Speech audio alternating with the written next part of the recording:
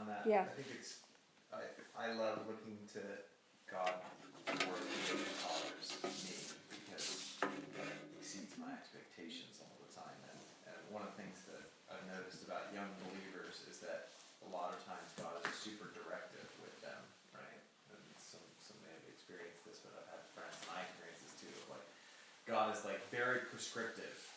Do this in the following way. Go to this place at this time. Do this thing. Do it this way. Don't do it this other way. Right? It's very prescriptive, and then a lot of times those people go through a certain amount of crisis of a year or two down the road because suddenly like they're hearing God a little bit less, and it's like they're going, is there something wrong? Like why am I not hearing God as much? But I think there's this transition that happens as you grow in your identity as a child of God, where He goes, now I pull back from being as prescriptive all the time to more of what you see with like Paul on his missionary journey, where it says, you know, Paul tried to go into this city, but the Spirit wouldn't allow him. Paul wanted to go into this place, but the Spirit said no, right? Paul tried to do this, and there's like closed door, closed door, closed door, and then Paul pulls back and goes, okay, what do you want then? Well, I'll do something different. But the assumption is, I go, God goes with me because I'm one with His heart. Mm-hmm. And it's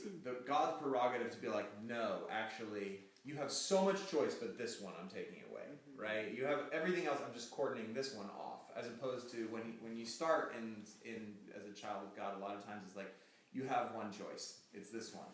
Yeah. Right? You have obedience or disobedience. These are the two choices. Mm-hmm. Then it's like you have two choices within obedience. Here's what it looks like. Here you have three. You have God. And so it's just this constant unfolding. So I constantly think about that in terms of our kids, of like, how do I give them the level of choice that is commensurate with their maturity right now, and constantly trying to stretch them. So and like how do I make sure that they're growing in their own autonomy of like, I made this choice. This wasn't forced on me. I had a choice and I chose my path, so I'm responsible for where I stand right now, as opposed to they made me do this, so I have a blame-based existence on somebody else. That's good. In terms of with Maddie, what we've done is expanded her choices and the opportunities to have input or feedback. But if she makes poor choices in other areas or even inside of those areas, then her choices get constrained for a period of time where she no longer has the option to pick and try to correlate it to the poor decision making that's there. It just takes a lot of time and energy. So let me give you a quote. Charlotte Mason, Volume 1, page 136. There are 6 volumes here. I recommend that you get them. And there's some wonderful summaries of Charlotte Mason. The reason I love Charlotte Mason is because she's so biblically based. If she wasn't biblically based, I would just treat her like any other psychologist I've read or any other educator I've read. But the fact that she was such a godly woman, and she just understands how the human soul is designed by God to thrive, she's a wonderful mentor. So Charlotte Mason, in this issue of how much energy it takes, we are not unwilling to make efforts in the beginning with the assurance that by and by things will go smoothly. And this is just what habit is. So we just touched on that. I gave you that handout, right? That chapter of hers of nature is habit is 10 natures, right? I really recommend that you treat that with great respect. It has so much richness, and it will transform your foundational view of how you come at discipline, training, growth, everything. It's just so replete with treasures in there. But here she says, we are not unwilling to make efforts in the beginning with the assurance that by and by things will go smoothly. And this is just what habit is in an extraordinary degree, pledged to effect. The mother who takes pains to endow her child, father, right? Who takes pains to endow her child with good habits secures for herself smooth and easy ways. While she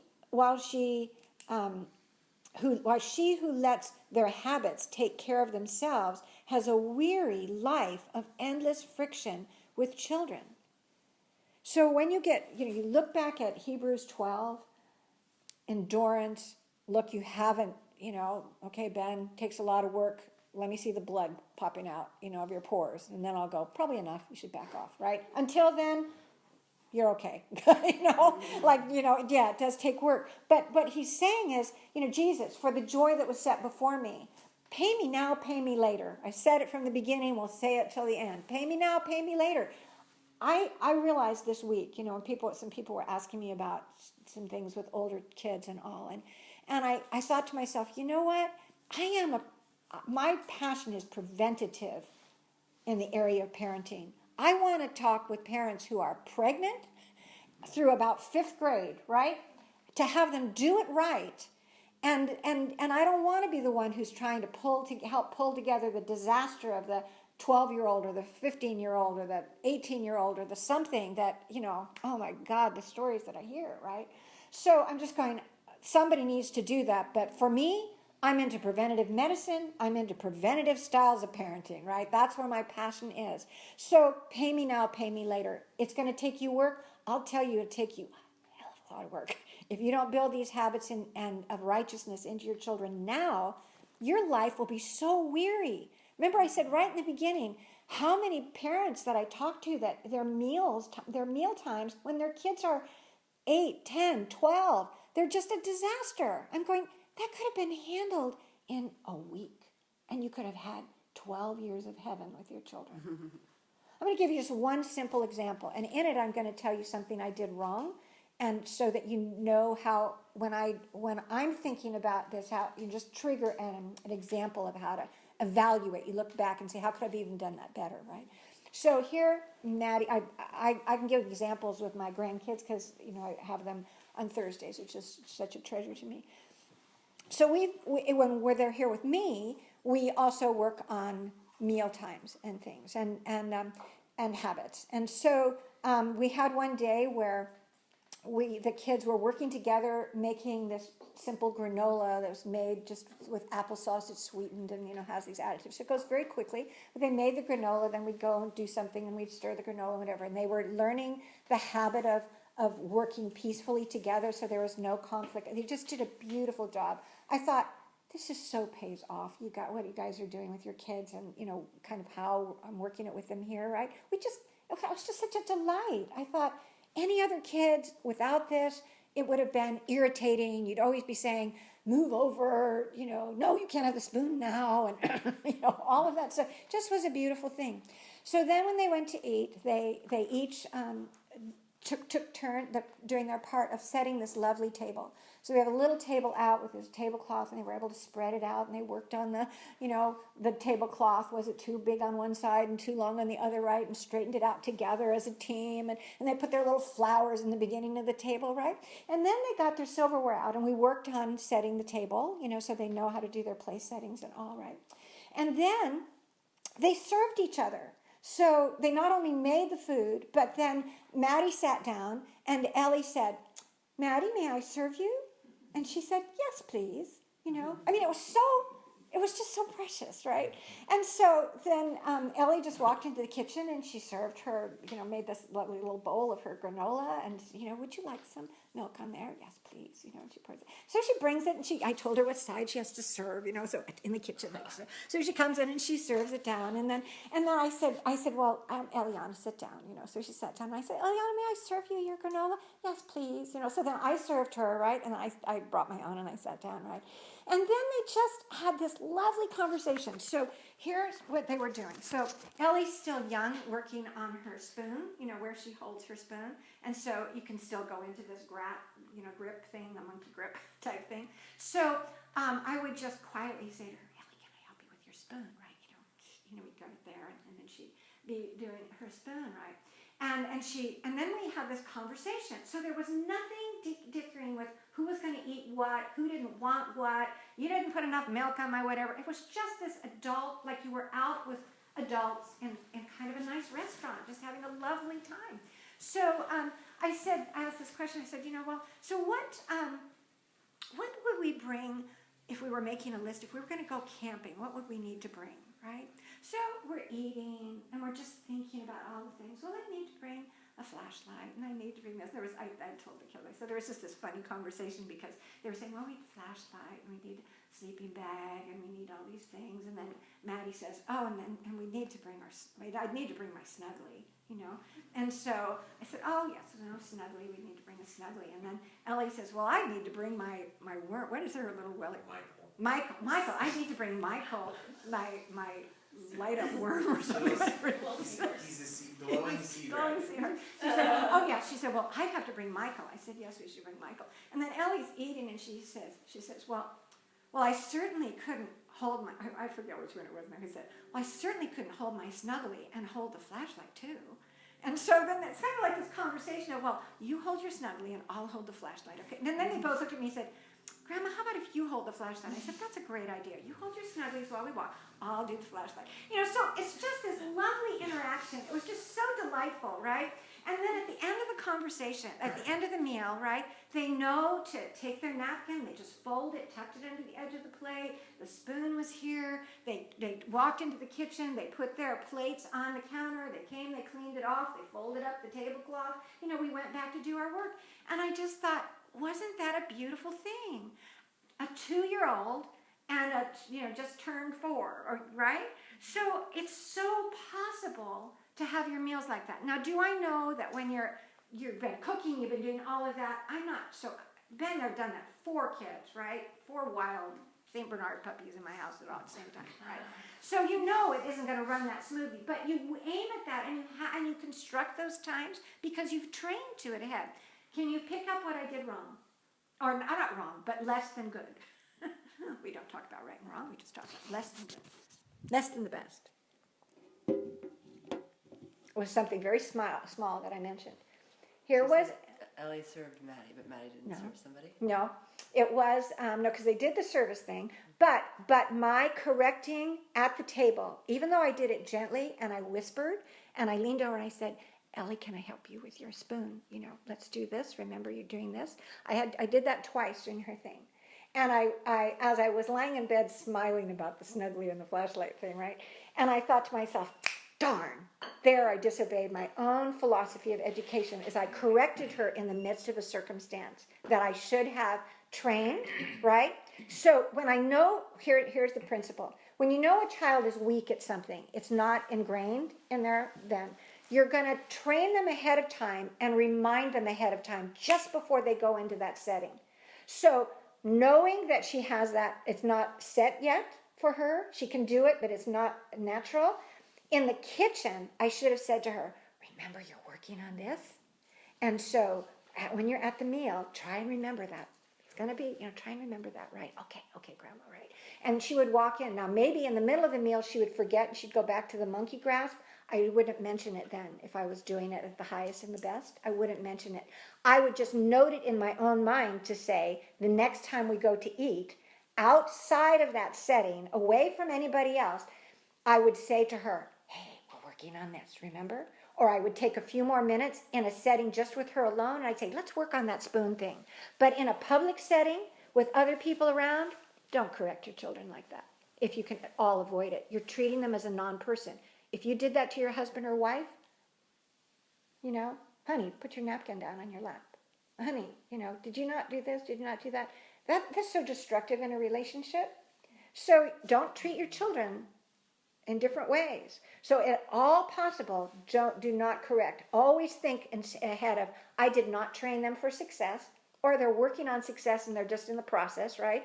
But then I train outside of that, bring them in and give them success. And then at the end of that, when she's going in and putting her things in the kitchen, bringing them into me, and I'd say, I saw you you had your spoon in the right position in your hand the whole time. You're awesome. Great.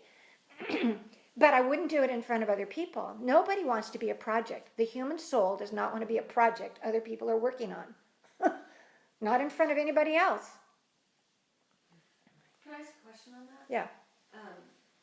So one of the things that I've been trying to make a priority is that if we're, especially with Declan now, I think because he's 2 years younger than Maddie, and we'll have these, there's more training needed there. And she's kind of moved beyond some of that. So, so for instance, where he'll have a reaction when something happens that is a reaction I don't want him to have, Mm-hmm. right? Then if we're at home, a lot of times, like I did this last week, I can't remember the exact context, but I said, okay, let's try this again, Mm-hmm. all right? So I'm gonna do this, and you're gonna do this, right? So I just kind of like reset the scenario, like rewind. Okay, let's try again. So is that That's considered perfect. the same thing? No. Okay. No, but the only point, in other words, when you, this is why, let me back up.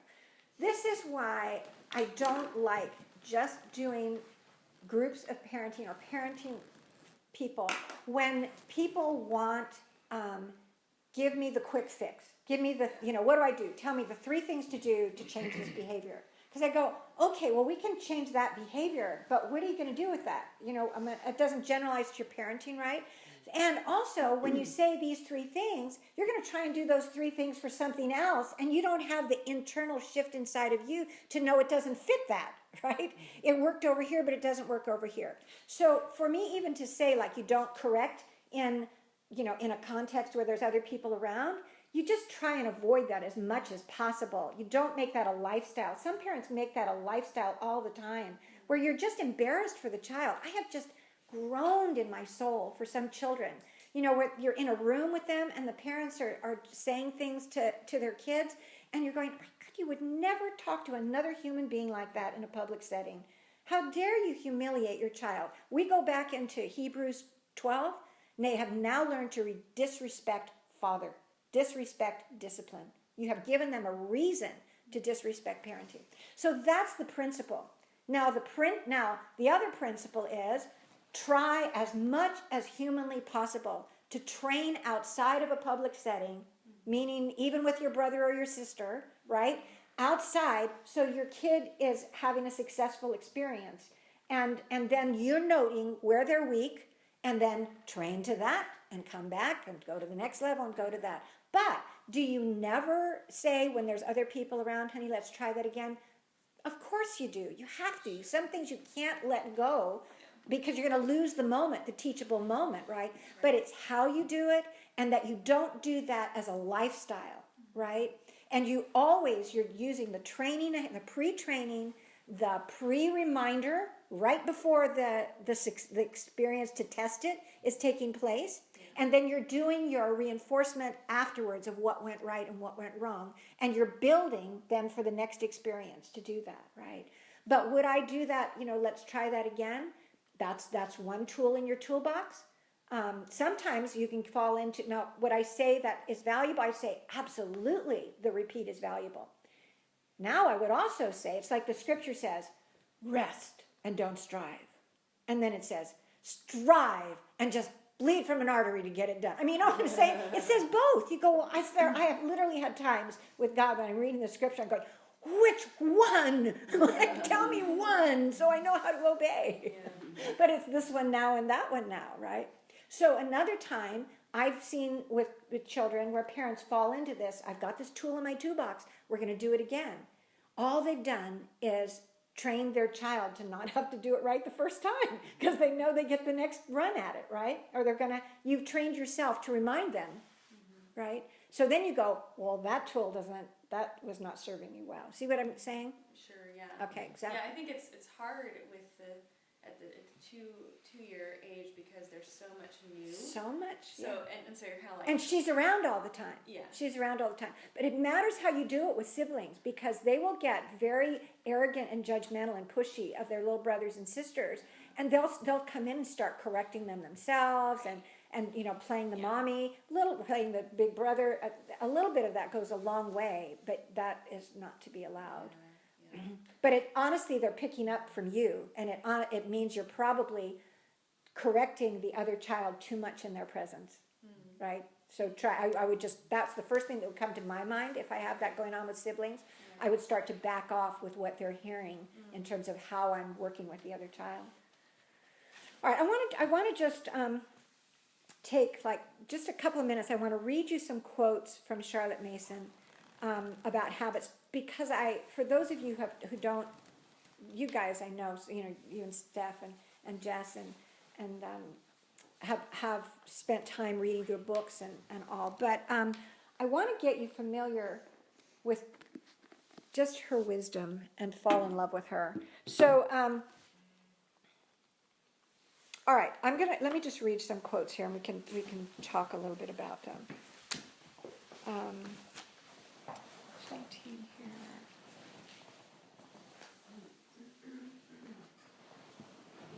here. Okay, children's faults are serious. Let's just read this section.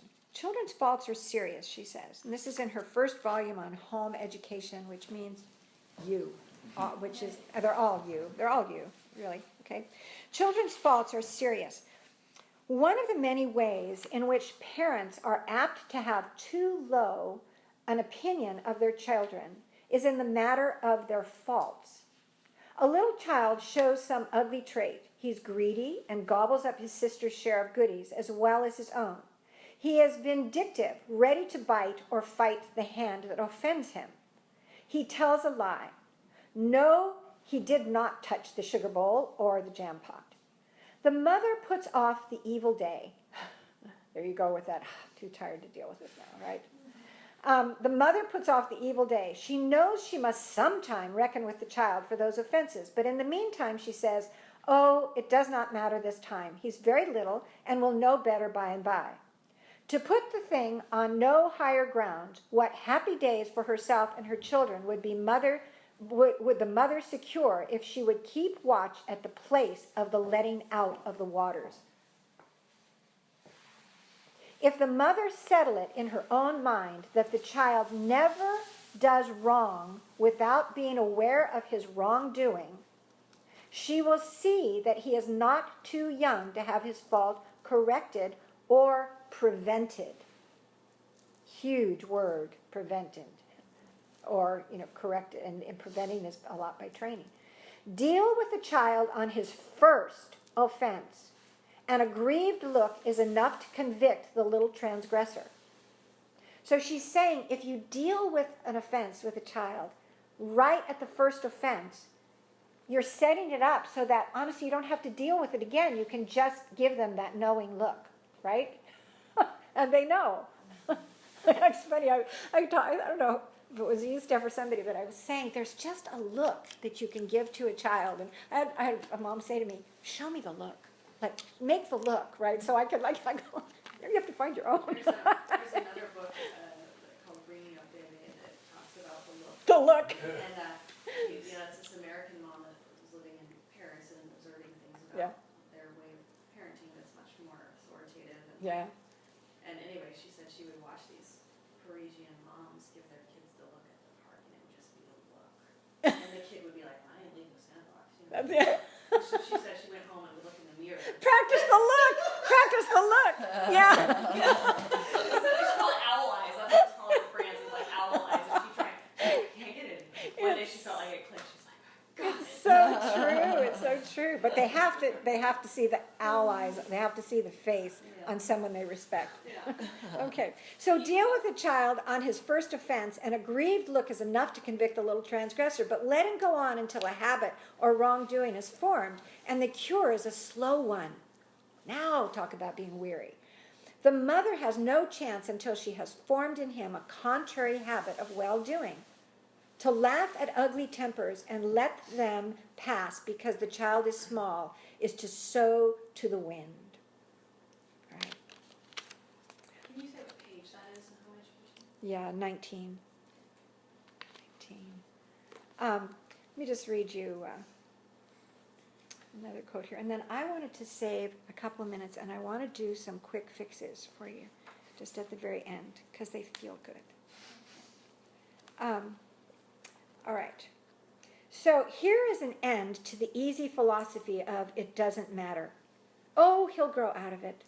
He'll know better by and by. He's so young that what can we expect? And so on.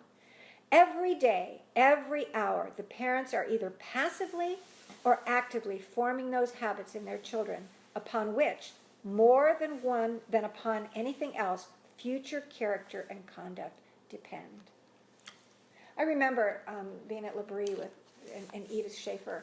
I don't know if you guys, our family knows them, but these wonderful, wonderful people. And we were studying there. And I remember Edith Schaefer saying, she just so impacted me in the early years of my parenting. She had a book called What is a Family? And it was like I had the Bible and What is a Family? And then I had Charlotte Mason after I came back from Liberty. The Bible got left down. No, the Bible's always on top. It's like, yeah.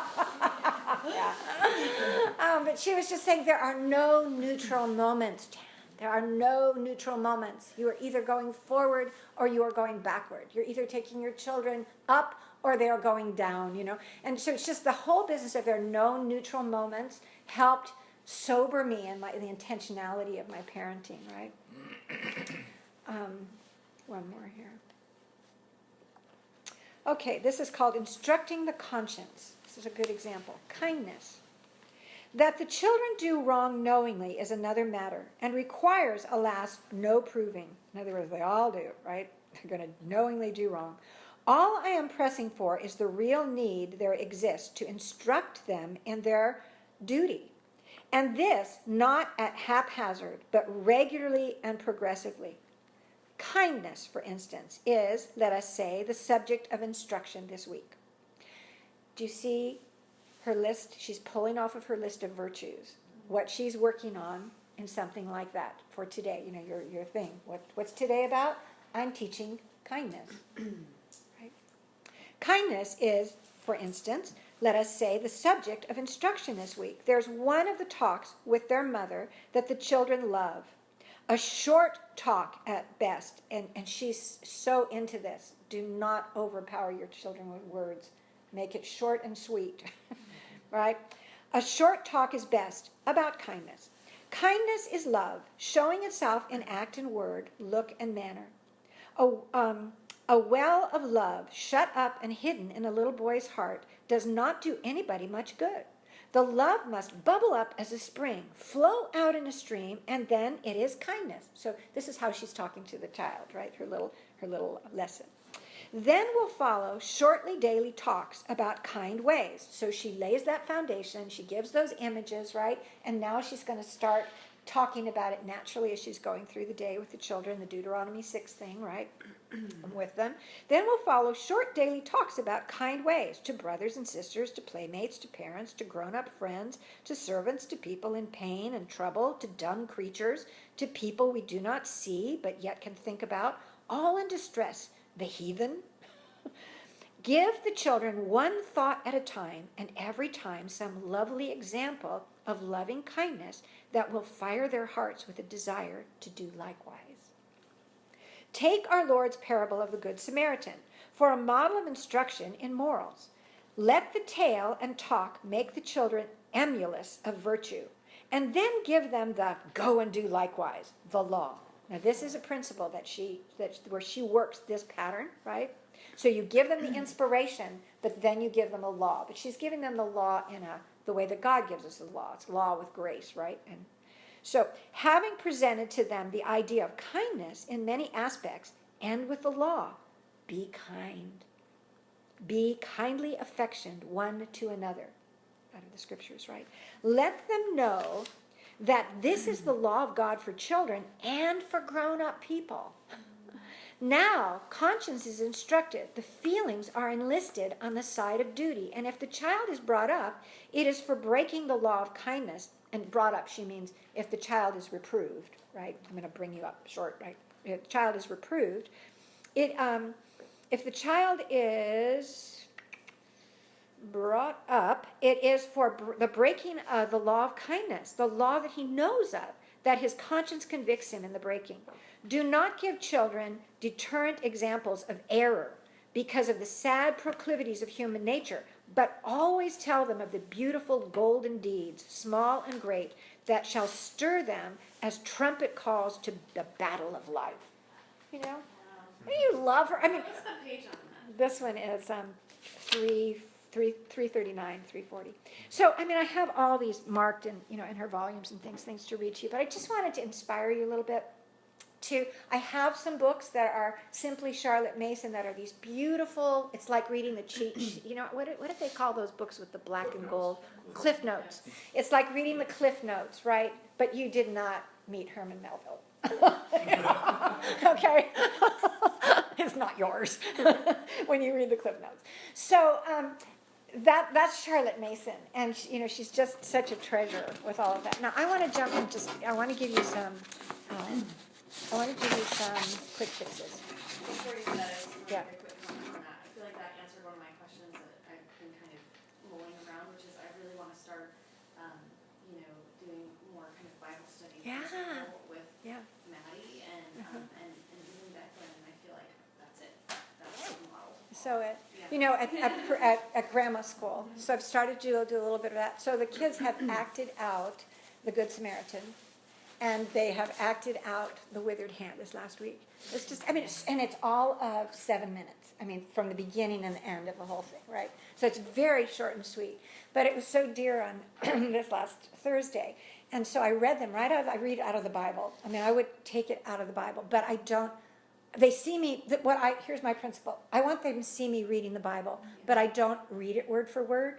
I paraphrase and I illuminate. But the thing I'm giving them is that it's coming out of the word, right? Okay, so I'm reading this, and so I was reading it, but telling them the story of Jesus coming into the church, right, of the synagogue, coming into the church where all the people were meeting, and here was this man with, the withered hand, and they had to figure out what was a withered hand going to look like, and, and all that. And I couldn't eat, I couldn't do my hair, I couldn't brush my teeth, And so then, and what Jesus said, and then the Pharisees and the scribes, so first I'm telling them it's kind of the mean people who didn't like Jesus, and I said, isn't it amazing if I don't have to tell you the story. Anyway, so it was fun. And then, so then they acted it out, right? And it was just so precious to have each of them. One was, we just rotated. So one was the Pharisee, and Ellie really likes this because she's into making this face, right? And she goes, and I said, they hated Jesus like this. I said, exactly like that. She goes, she's saying like this, looking at Jesus, right? And so I'm Jesus, and I'm reading out the parts and acting it out, and Maddie's over by Grandpa's chair, like that, her with her hand, right? And so I said, come over here, you with the withered hand, right? And so she comes over, and I stretch forth your hand, and she's like this, and then here's Ellie going. I said, and it made the Pharisees so mad because they didn't even see the miracle. They just know they're just filled with such hate. And so Maddie's going like this, and she's going, with her mean face kind of thing, and then they changed places, and then Ellie got to do her hand out, right? But it's just so sweet, so sweet to do the scriptures like that. And then they actually started to apply it, So just random, because it's coming to my mind. When you go back to that scenario of the kids and the granola, right, when I was telling you about Maddie and Ellie and serving the granola, right, I babysat for Ellie. She was over at the house another couple of nights after that or something, and Grandpa was fixing dinner, and I said, okay, Grandpa's getting the dinner ready. It's our job. We're going to get the table. We need to do our part to get ready, or something. Forget the wording I said. And with no prodding at all, she instantly hopped out of her seat, and she said, I'll serve. It was just, I thought, yes, God, it's so true. The things I'm telling you really work. They really are true. They just shape a beautiful soul inside of a child, right? So the same thing with the teaching of the withered hand. I forget, I can't remember now, but I just remember thinking, there they were. And just spontaneously they came out with a Jesus, healing. And ooh, that's how the man with the withered hand that came out probably felt or something, All right, quick fixes. I'm going to read you a list of quick fixes and pick one or something. All right. Teaching your kids, may I touch that? We've done that. A beautiful. I'll just do number one. Well, let me read you the list first. Okay. Stop and go, so they know when you're calling out. Stop, go. The come back, teaching them spontaneously to come back. Answering, here I am. How many of you panic when you're calling, Maddie, where are you? Ellie, where are you? Wills. And then they're looking like this from behind a tree somewhere, oblivious that they're supposed to answer back, and you're. Saying goodbye and thank you. Train it ahead. Don't ask them to do it when you're around other people. Table manners. Stop immediately doing what they're doing to look up at you. So you're teaching attention. Put eyes on my face when I talk to you. It means you have to put eyes on their face, right? Practice ahead of time what it means to hurry and to walk slow and to do something slowly. Because when you say hurry, so they know to hurry. Inside voice and outside voice. Contrast what to do outside appropriately and inside. Teach the words appropriate teach the words inappropriate. Procedure, right? Procedures. Teach children, train them ahead. What does it mean to calm down in the face of panic? So they practiced it ahead of time. Walking feet versus running feet. Quiet feet versus loud feet. Teach them to whisper. Gesture instead of talk. Not calling attention to themselves in a group of children or adults. How to take pills very early. So anyway, I can fix all these for you in a minute. All right? So children come into a house. They come out of the womb like this. They want to touch. They want to put everything in their mouth, right? So babies think everything is theirs. But that needs to stop very early. Baby giraffe, got to teach that quickly because this is not a good thing. Makes life hell for everybody. Mom and dad can't have a conversation with anybody because the kids are walking around somebody else's house, taking things out of drawers, picking stuff off counters, walking around thinking everything is theirs to touch, right? And the parents are going, honey, come over. You're just trying to corral this child who has no sense that everything in the world isn't theirs to touch, pick up, or do what they want with, right? You come in and a room is just devastated and you go, who told you could open up that drawer and take those things out and whatever? And they just do it. A child walking around being into everybody's purse, and you see the mom for the 27th time putting all the things back in her purse, right? You're going, goodness gracious, a tiny little child knows that's not his purse, right? That should be the end of it, right? You never deal with it again. All right, so just teaching, may I touch that? So with my grandchildren, because they would come into the house, like any other child, and they would just be touching everything, going, this is not good for their soul. So I would just teach them and practice and say, we're going to walk through this room, and if there's anything you see that you would like, what are the words you're going to use? May I touch that, Grandma? May I touch that, Grandma? May I touch that, Grandma? We just kind of parrot played, like, that's exactly right? So then we would practice walking around the house, right? And they would say, may I touch that, Grandma? And sometimes I would say, yes, you may touch that. And then sometimes I would say, no, you can't touch that. And then I trained them and I said, and when I say no, I don't want to see this face. I don't want to see this. Why not, Grandma? I want it, or hear this, So I said, we're not going to do that, right? We're going to do, okay. And then your hands are just going to stay like this, right? So all this training, right? This one has taken quite a while because they're not in my house all the time, right? But each time they come, I've worked on that. So Ellie has this one drawer in our office that she loves because it has what she calls her telephones in it. And it's 3 hand calculators, So she just immediately goes to that. And the drawer is just a disaster because in finding that, she also would go and find everything else. So I've been working on her with the, may I touch that? And I felt so good about this because about, maybe 3 weeks, a month ago or something, she came in the house and I was in the office, right? And she walked in, and ordinarily she would just go, and I'd have to say to her, I'd put my hand on the door and say, is there something you need to say to me? Something you need to ask me? Right, just the reminding, like, own it. It has to come from her, not me, right? And she'd say, oh, Grandma, may I touch that? But I had to do the reminder. This time she came in, she stood by me, and the drawer actually was open, and she went like this, and she just said, Grandma, may I touch that? And I said, yes, you may touch that, right? And she did it just consistently the whole day. Then we were out at the duck pond. I took her to the duck pond, and we went into a grocery store to get some food for the ducks and all right. And there were all these things. There was at this cash register that were just things like, I would want to touch them, right? They were really fun. And she was so beautiful. She just walked around, and everything she looked at, she'd go like this, Grandma, may I touch that? And she would get a yes or a no answer. Never a face, nothing. And I thought, it was like the granola instant. I thought, it's so beautiful to take these children anywhere. I mean, the 2 of them together, they obeyed. I would let them run ahead, and when I said, stop, here we go, training. You guys know this one. But you literally train your children to the word stop. You play games, stop, go, stop, go. I've got red light, green light in my little bag of things that I do with them, right? So they're conditioned. They hear that word stop. Down go the feet planted. And come back needs to be run back, right? So you train it. And you don't stop, because now they're getting a little sloppy in it, because, it hasn't been done very often. So you just do your re-up. Just do your re-thing. Honestly, 30 seconds, a minute, and it re-jerks into the tracking in their brain. How do you train on getting them to respond? Oh. Hiding? Yes. We've had both Maddie and Declan just tend to not if they don't want to respond or they don't answer or something like that, we might be in a Okay. store, we might be Yeah. outdoors, we might even be in the house. And, Yeah. some of it, like, One- hide, because you think that's Well, funny. and Declan too plays hide and seek, and we're like, we're not playing hide and seek now, you know? Yeah. So that's when I wrote down like the here I am, like you said. Yes. hide and Okay. seek. So two Yeah. things. Number one, they need to know the seriousness of it. That it's not. That it's not. They're playing a game, so it's very innocent on their part. So you can train them to say, "We're going to play hide and seek," and so now when I say, "Where are you?" Don't answer.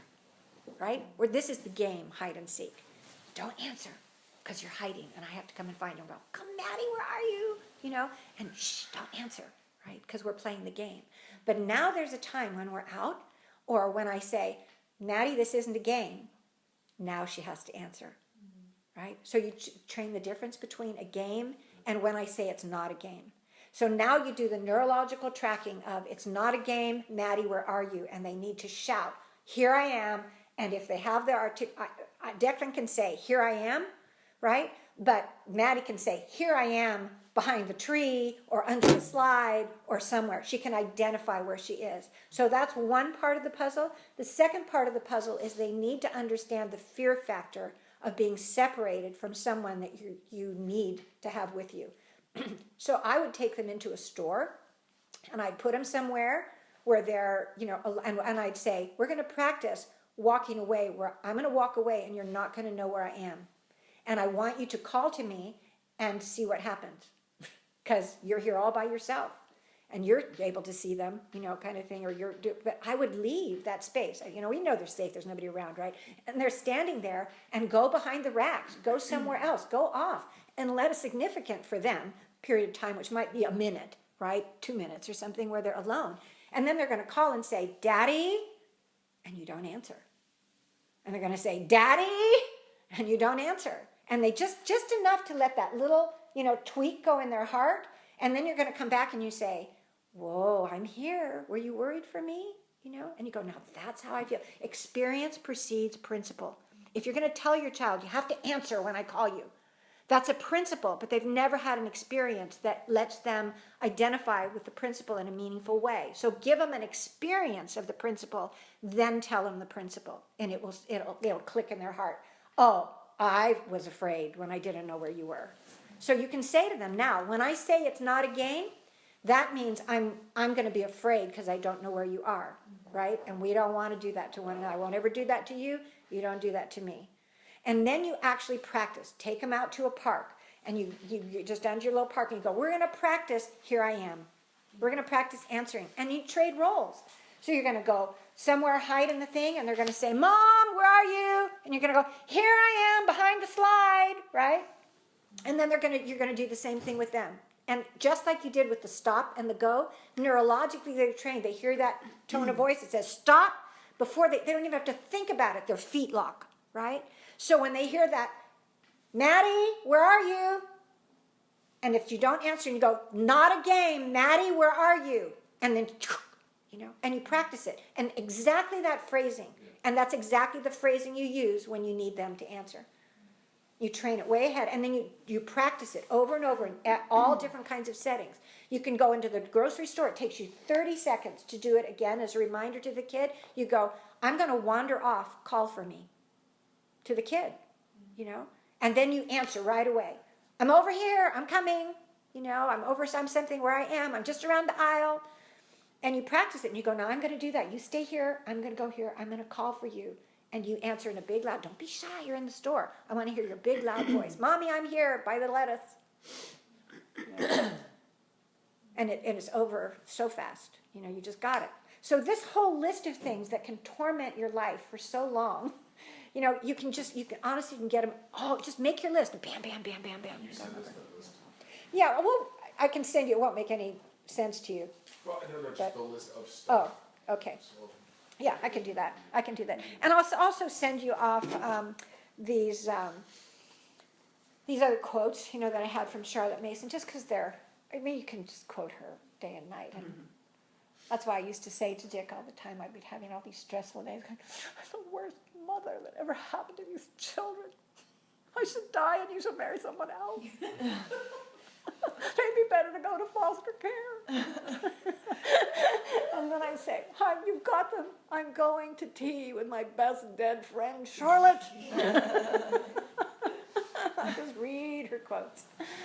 Oh, Father, thank you for these beautiful parents. Thank you for these God precious children. And thank you, Lord, that you are Father. You are wise. Wisdom cries out in the street.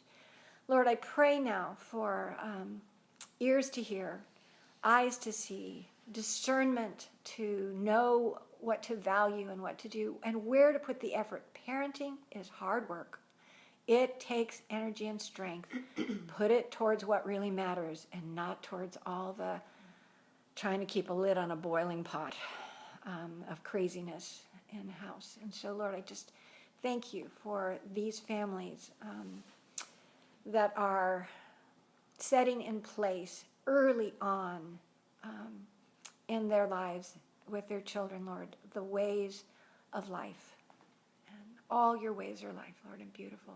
Help them in every way. Strengthen them, encourage them, keep them going, God. In Jesus' name. Amen. Thank you. So if you guys have any particular questions that you want to have dealt with on a Monday night call or on this Saturday thing or on your own personal calls, you still feel free to do that. I'm still offering it. If you just want to say,